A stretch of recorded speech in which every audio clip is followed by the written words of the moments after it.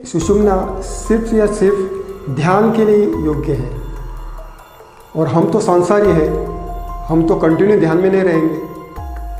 आपको ध्यान के लिए सिर्फ इस संसारी लोगों के लिए 1 घंटा दिया।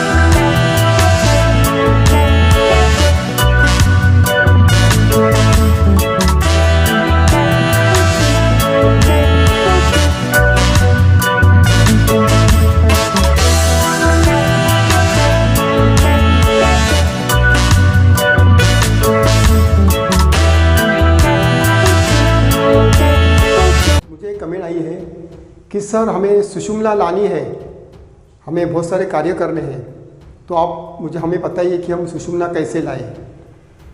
दोस्तों, बहुत सारे मेरे विद्यार्थी हैं, वो मेरे वीडियो देखते हैं और भी लोगों के वीडियो देख रहे हैं, लोगों को फॉलो करते हैं, कुछ मुझे फॉलो करते हैं और मुझे बहुत सारे सवाल करते हैं। कुछ व्यक्ति ऐसे भी कुछ बातें करते हैं, आप सुषुम्ना के बारे में नेगेटिव बोलते हैं, पर कुछ लोग उसके बारे में अच्छा बोल रहे हैं।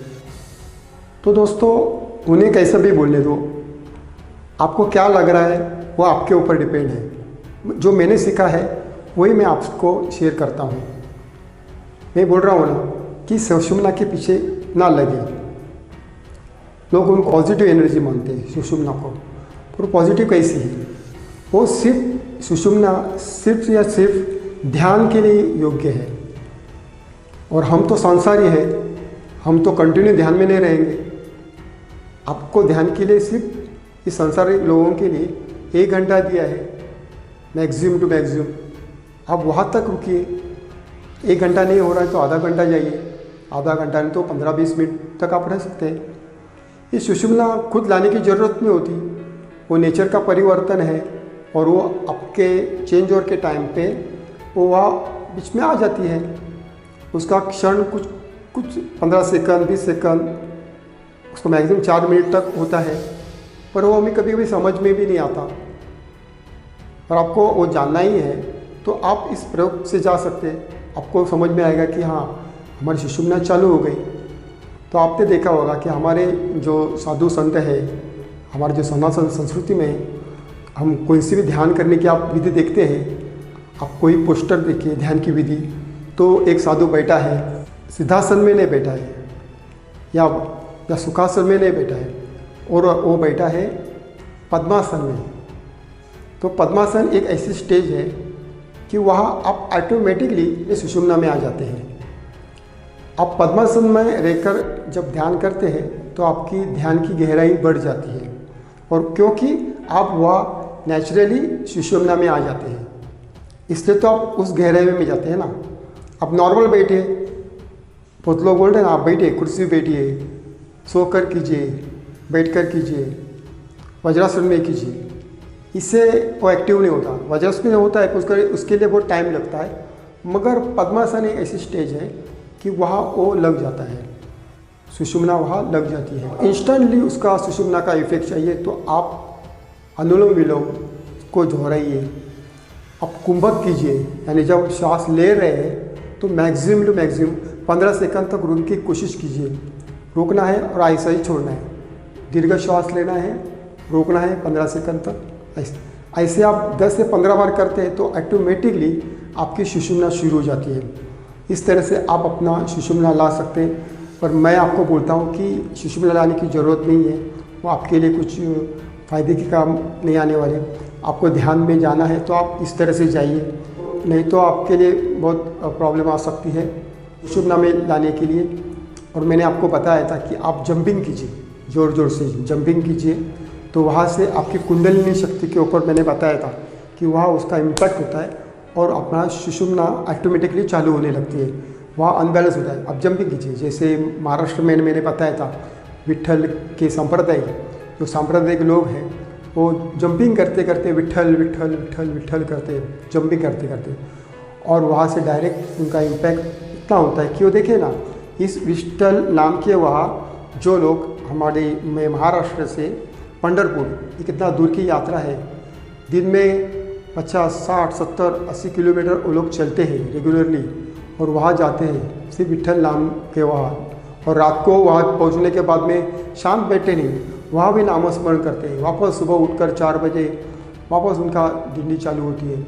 इस तरह से उन्होंने शक्तियाँ प्राप्त होती हैं। तो ये कैसे होते हैं, नामस्मरण के अंदर वो शक्ति आ जाती है। पर हम संसारी है तो हम ऐसा नहीं कर सकते, हम थोड़ा चलेंगे तो भी देखो ना हम थक जाते हैं।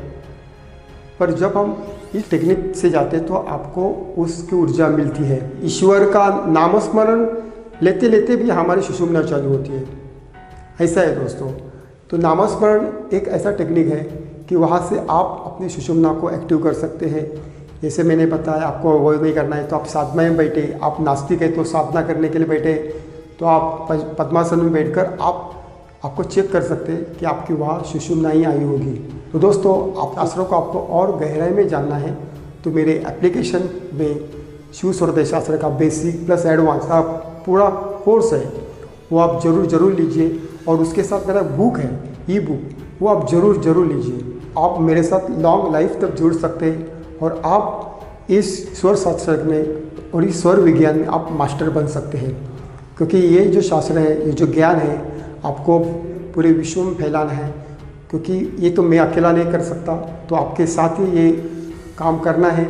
तो आप इसके लिए हमारे मिशन में जुड़िए और इस शास्त्र को पूरे विश्व भर में आपको फैलाना है, तो उसके लिए आप तैयार हो जाइए।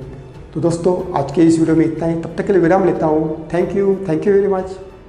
Subscribe to my channel and also press this bell icon so you never miss any new updates, cause whenever we upload new videos